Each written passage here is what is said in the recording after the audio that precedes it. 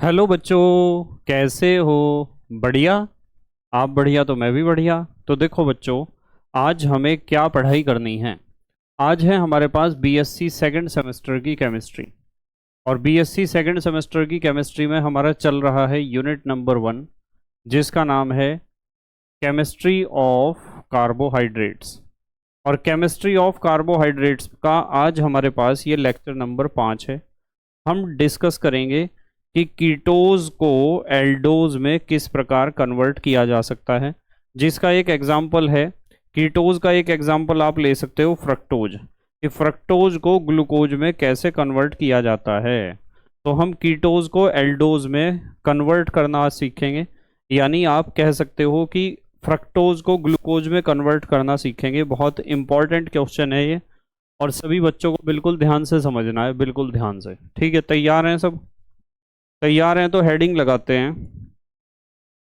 Heading लगाते हैं, conversion of a ketose into aldose. Heading लगाते हैं, conversion of A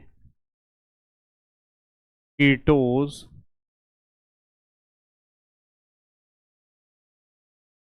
into aldose. Conversion of a ketose into aldose. और ketose में हम लेंगे फ्रक्टोज। आप इसे ऐसे भी कह सकते हो, आप कह सकते हो conversion of fructose, conversion of fructose into glucose, into glucose. तो हमें फ्रक्टोज को कन्वर्ट करना है ग्लूकोज में, या फिर आपके पास कोई सा भी कीटोज है, उस कीटोज को आपको कन्वर्ट करना है किस में? एल्डोज में। तो कीटोज को एल्डोज में किस प्रकार कन्वर्ट करते हैं, ये आज का हमारा क्वेश्चन है, और बहुत इंपॉर्टेंट क्वेश्चन है। इसके ऊपर इंपॉर्टेंट का निशान लगा लो आप, क्योंकि एग्जाम में आने के चांस इसके बहुत ज़्यादा होते हैं। इंपॉर्टेंट क्वेश्चन है। अब समझेंगे बिल्कुल ध्यान से। हमारे पास यदि कोई कीटोज है, मान लो हमारे पास कोई क्या है, कीटोज, और हम चाहते हैं कि वो कीटोज किस में कन्वर्ट हो जाए। हम चाहते हैं वो कीटोज कन्वर्ट हो जाए एल्डोज में। तो हमें कीटोज को एल्डोज में कन्वर्ट करना है। कीटोज को कन्वर्ट करना है किस में? एल्डोज में। तो इसके लिए आपको स्टेप लेने पड़ेंगे 4। कितने स्टेप लेने पड़ेंगे? 4 स्टेप लेने पड़ेंगे। चारों स्टेप को आपको ध्यान से समझना है। सबसे पहले तो आप रेने निकल से रिडक्शन करोगे। तो पहला स्टेप तो हमारा होगा रिडक्शन, यानी अपचयन करना। और इसके लिए आप हाइड्रोजन का प्रयोग करोगे निकिल की उपस्थिति में, जिसे आप कहते हो रेने निकिल। तो पहला स्टेप तो ये होता है। दूसरा स्टेप, दूसरे स्टेप में आप ऑक्सीडेशन करोगे। जो भी प्रोडक्ट पहले स्टेप के रिएक्शन करने के बाद आपको मिलेगा, उसका हमें करना है ऑक्सीडेशन। क्या करना है? ऑक्सीडेशन। और ऑक्सीडेशन हमें करना है किसकी हेल्प से? एक तो हाइड्रोजन पर ऑक्साइड, और हाइड्रोजन पर ऑक्साइड के साथ होना चाहिए आपका आयरन 3 पॉजिटिव आयन, या फिर आप कह सकते हो Fe3 पॉजिटिव आयन, या कोई साल्ट ले सकते हो आयरन का, जिसमें आयरन की संयोजकता कितनी हो? 3 हो, वैलेंसी 3 हो। उसके बाद तीसरे स्टेप में हमें क्या करना है? तीसरे स्टेप में जो भी प्रोडक्ट आपको ऑक्सीडेशन से मिलेगा, उस प्रोडक्ट को आपको हीट करना है, यानी उसे गर्म करना है। और गर्म करने से क्या होता है? गर्म करने से उसमें से H2O निकल जाएगा और एक रिंग बन जाएगी, यानी गामा लैक्टोन बन जाएगा। इसे हम कहते हैं लैक्टोनाइजेशन। इस रिएक्शन को हम कहते हैं लैक्टोनाइजेशन। लैक्टोनाइजेशन के बारे में हमने पहले भी बात की है कई बार। लैक्टोनाइजेशन करेंगे, ठीक है, गर्म करेंगे जिससे H2O निकलेगा, और इस पार्ट को हम कहेंगे लैक्टोनाइजेशन। उसके बाद हमें करना है रिडक्शन। फोर्थ स्टेप जो है, फोर्थ स्टेप में लैक्टोनाइजेशन से जो भी गामा लैक्टोन मिलेगा, उसका हम फिर करेंगे रिडक्शन, यानी अपचयन करेंगे फिर दोबारा। और इस बार हम रिडक्शन करेंगे सोडियम अमलगम से, NaHG। तो ये 4 स्टेप लेने हैं बेटे, स्क्रीनशॉट लो जल्दी से, फिर चारों स्टेप को 1 बाय 1 डिस्कस करते हैं। स्क्रीनशॉट ले लो, ले लिया स्क्रीनशॉट? ठीक है, देखो अब डिस्कस करते हैं चारों स्टेप्स को। तो सबसे पहले हम लेते हैं एक कीटोज, जैसे फ्रक्टोज लेते हैं। फ्रक्टोज, फ्रक्टोज ऐसा होता है, यहाँ तो है CH2OH, कीटोन ग्रुप होता है, तो यहाँ लिख देते हैं C डबल बॉन्ड O, और फिर लिख देते हैं हमारे पास CHOH। कितने होंगे? 3 लिख दें, यहाँ होल थ्राइस, 3 बार ना लिखने की वजह ऐसे लिख दिया, और फिर लिख देते हैं CH2OH। ये हमारे पास फ्रक्टोज है।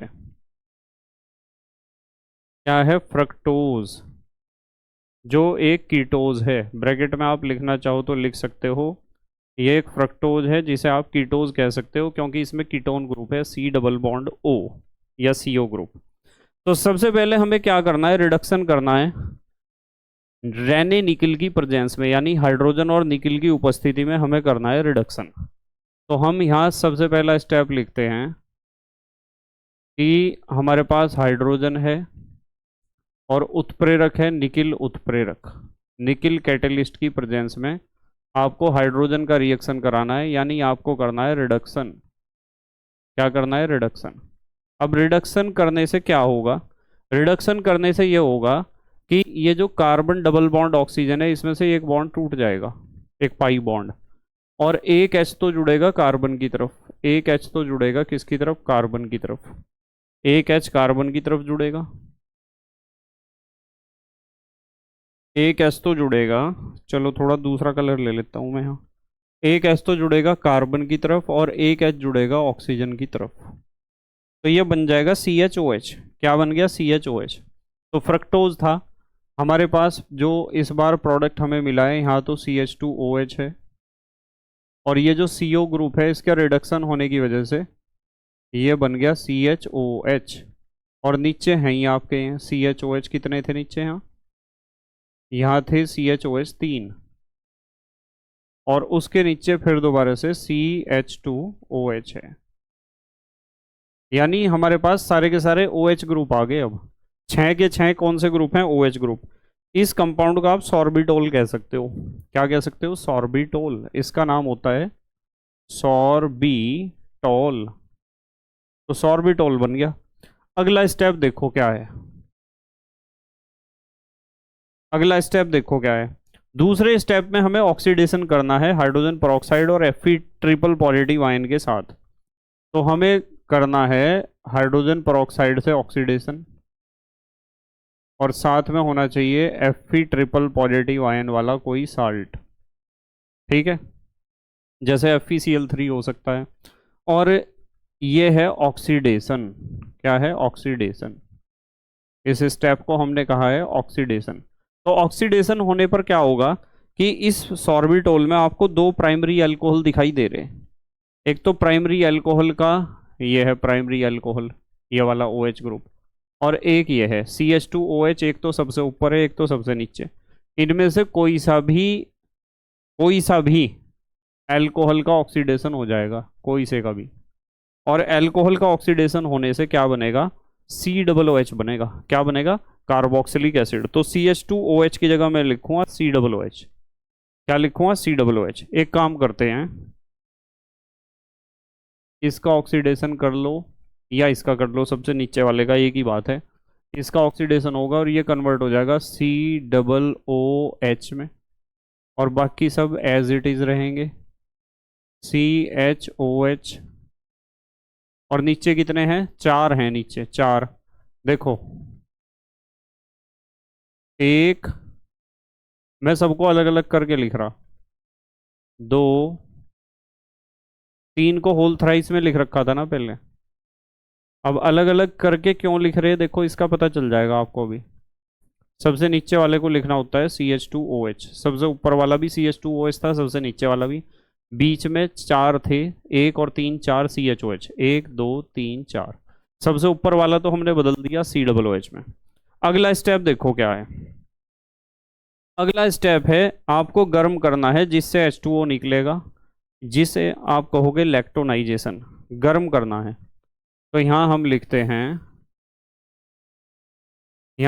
हैं डेल्टा, और यहाँ लिखते हैं -H2O, और इस स्टेप को आप कह सकते हो लैक्टोनाइजेशन। गामा लैक्टोन आपको मिलेगा। ठीक है, क्या मिलेगा? Gamma lactone. ऑक्सीडेशन से आपको सारे क्या मिले? OH ग्रुप मिले, और सबसे ऊपर COOH ग्रुप है। यदि आप इसका नाम लिखना चाहते हो तो इसे कहते हैं ग्लूकोनिक एसिड। यहाँ नीचे लिख देता हूँ, इसे हम कहते हैं ग्लूकोनिक एसिड। इसे आप ग्लूकोनिक एसिड कह सकते हो, जैसे इसे सॉर्बिटोल कहा था। और ये तो बताइए आपको क्या है? फ्रक्टोज है। तो क्या होगा यहाँ, समझना पड़ेगा बेटे। यहाँ से जो है ना, यहाँ से तो निकलेगा H, COOH ग्रुप में से, और कार्बन गिनो, पहला, दूसरा, तीसरा, चौथा। चौथे कार्बन से निकलेगा OH। इसलिए मैंने सारे अलग अलग करके लिखे थे हैं। सारे अलग अलग करके इसीलिए लिखे थे क्योंकि हमें पता है कि पहले कार्बन से, ये पहला कार्बन है, ये पहला कार्बन है, और ये है कार्बन, चौथा कार्बन। पहले और चौथे कार्बन से ये H2O निकलता है। पहले कार्बन और चौथे कार्बन से ये H2O निकलता है। यहाँ से तो H और यहाँ से OH, इसलिए H2O निकला। अब ये जो ऑक्सीजन आपको दिखाई दे रहा COO का दूसरा ऑक्सीजन, ये ऑक्सीजन इस CO से भी जुड़ा हुआ होगा और इस चौथे कार्बन के C से भी जुड़ा हुआ होगा। तो हमें जो प्रोडक्ट मिलेगा वो ऐसा मिलेगा। देखो, ऊपर तो लिखूंगा मैं CO, और CO के बाद लिखेंगे हम CHOH,